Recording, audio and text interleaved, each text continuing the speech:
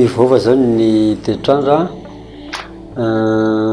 mafana be izy moa zany zao de efa manomboka misy koa zany ny orana. Rehefa am'izay vanim-potoana hafanana sy orana zay de ny tazo ny tena aretina betsaka eto amintsika. Ny ady amin'ny tazo moa zany de ady amin'ny moka. Totofana reny rano miandrona manodidina ny tanàna reny satria amin'ireny moa zany no manatody ny moka, ka rehefa tsisy rano intsony tsy afaka manatody izy, tsy maintsy mila rano izy vao afaka manatody. Esorina le lobolobo manodidina ny tanàna satria ireny zany no fiafiana moka rehefa amin'ny atoandro ny andro.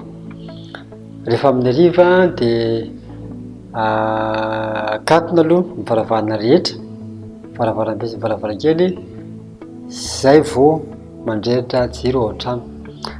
Satria raha vao ny hazavana mandeha aloha de efa sitona tsy hazavana zay ny moka de manjary tafiditra ao an-trano.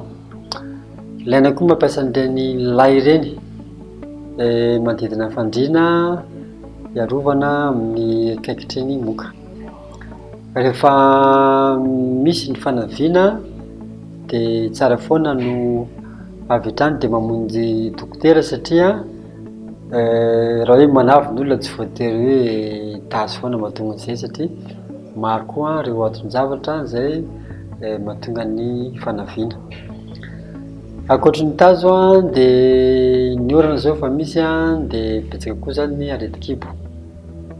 Matetika moa mitobaka amin'ny voankazo zao, betsaka ihany koa ny lalitra izay anisan'ny mampirongatra an'izay areti-kibo izay.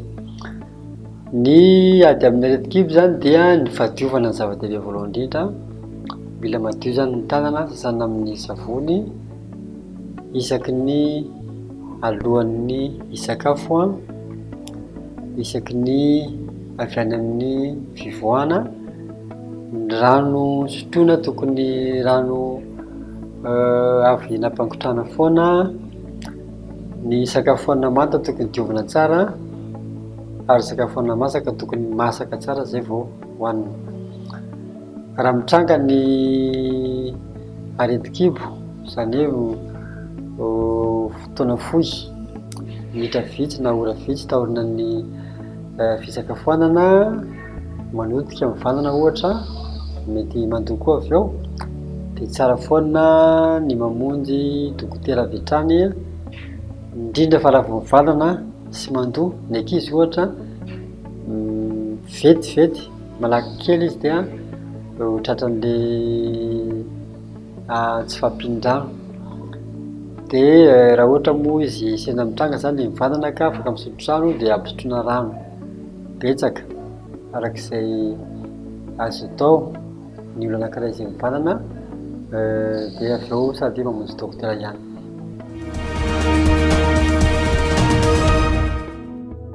Ny mikoaka moa amin'ny ankapobeny de vanim-potoana ny ririnina mangatsiaka, fa misy ihany tsy hoe tsisy akory mikoaka zao fa misy ihany satria indraindray ny olona mety hoe akanjo maivana ny hoentiny nefa avy eo avo tapoka ny orana, mangatsiaka izy de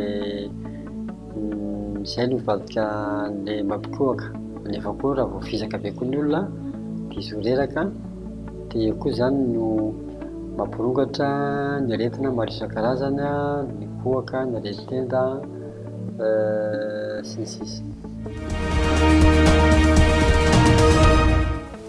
De zay ny torohevitra hoe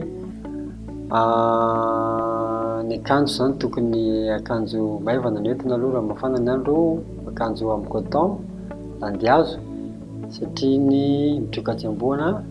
De tsy adino koa zany misotro rano betsaka, litatra sy tapany eo zany ho an'olona efa kilao, manatombo zay raha mitombo lanja, somary mihena zay raha kelikely ny lanja.